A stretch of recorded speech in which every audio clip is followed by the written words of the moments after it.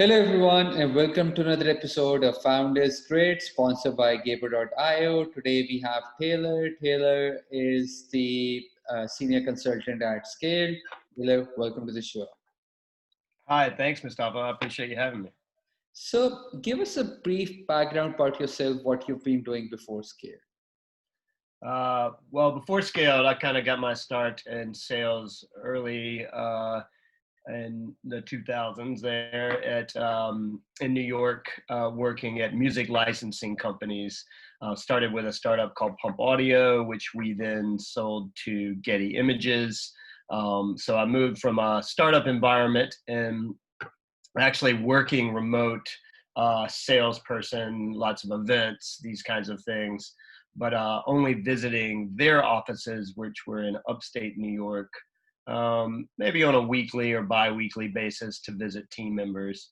And everything, this is pre-Zoom era, so everything was done over phone and in-person meetings to that.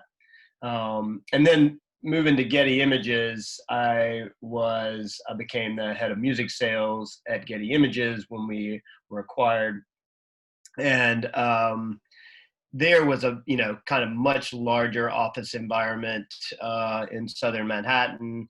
In the office every day kind of experience, and as I progressed forward and living in New York, an office experience is necessary in some cases because, especially getting started, I'm living in a one bedroom or so apartment. There's not any other place to work. And so I became accustomed to that.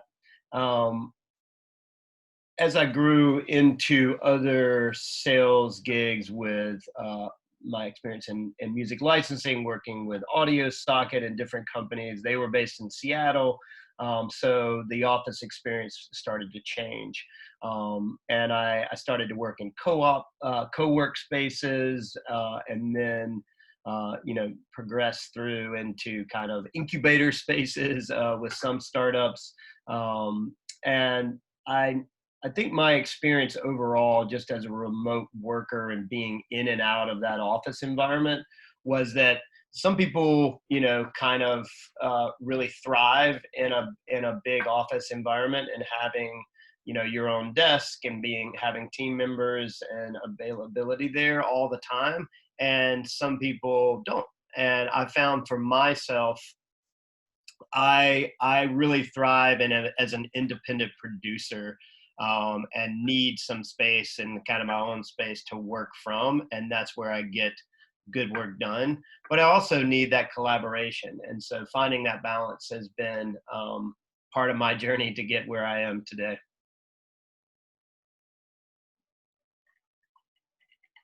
Got it, got it. So, uh, uh, interesting times because of COVID, and over here we've been uh, everyone is going through a different kind of a productivity hack or a different kind of a change in their life, right? So, what changes are you bringing into your sales cycle or funnel or improvements, or what do you think you're lagging, that you wouldn't have lagged in the pre-COVID world? And that's a tricky one. There's lots of changes going on. Obviously, with the remote environment, being in sales, I've found that the teams that I work with, and now as a consultant, I work with multiple teams at a time. And so I kind of see not just how it's affecting a team, but how it's affecting multiple companies selling different things. And the remote environment for a sales impact, I've noticed it's shifted. It's shifted in the tactics that we have to apply, right? LinkedIn has become an incredible kind of tool and resource and tactical play for salespeople. It's where we can get a little more personal. You can see a face, you can see some information around somebody and interact. Email has become less so, and phone kind of dialing people up, and a lot of teams perform well with cold calling and such. I've noticed has shifted too. People aren't at their desks. Some numbers are out of service. Some numbers are being forwarded. So your hit rate is reduced. I think on that. We still notice that all three tactics applied together in different kind of sales plays can work well. But that's been an interesting shift. Another shift is, I think, in team collaboration. I run workshops for clients a lot, and figuring out their ICP and buyer personas.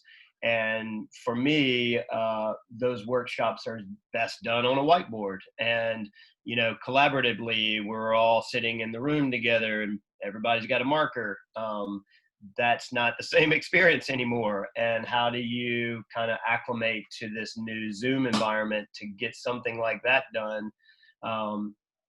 And there's tools, online kind of, brainstorming tools that we played with, just taking a video and sharing the video, sharing screen of somebody's whiteboard, and then taking lots of screenshots and downplaying that afterwards, or downloading that afterwards. I noticed we're making lots of adjustments to reach the same effectiveness that we had prior.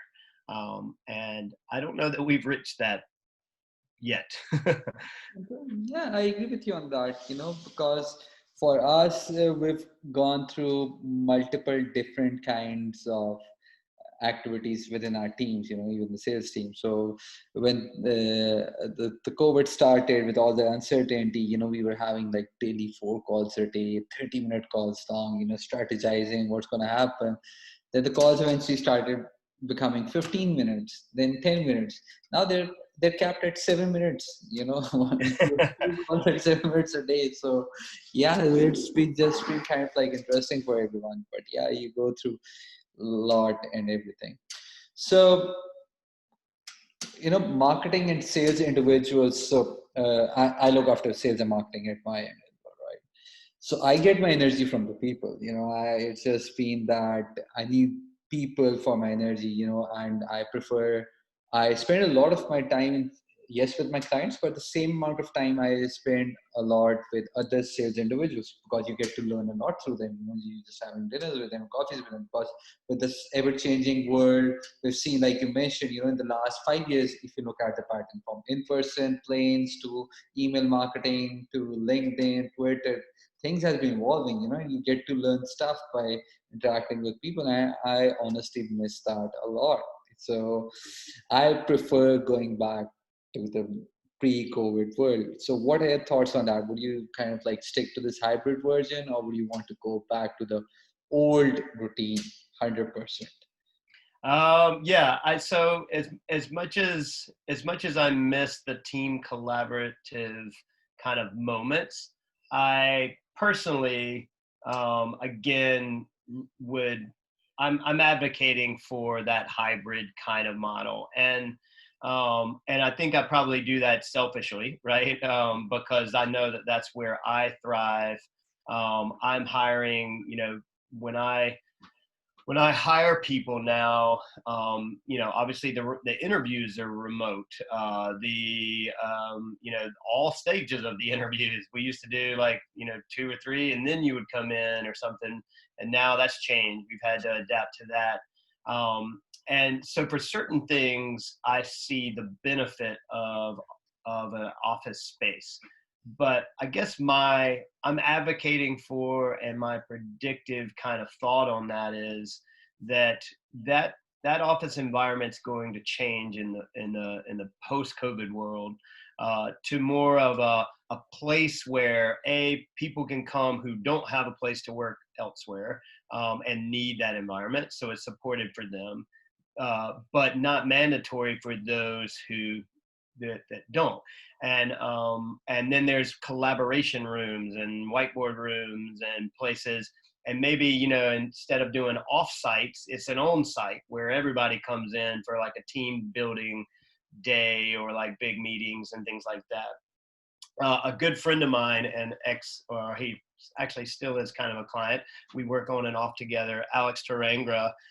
He runs Torrey Labs as well as Bunny Studios, which is all about.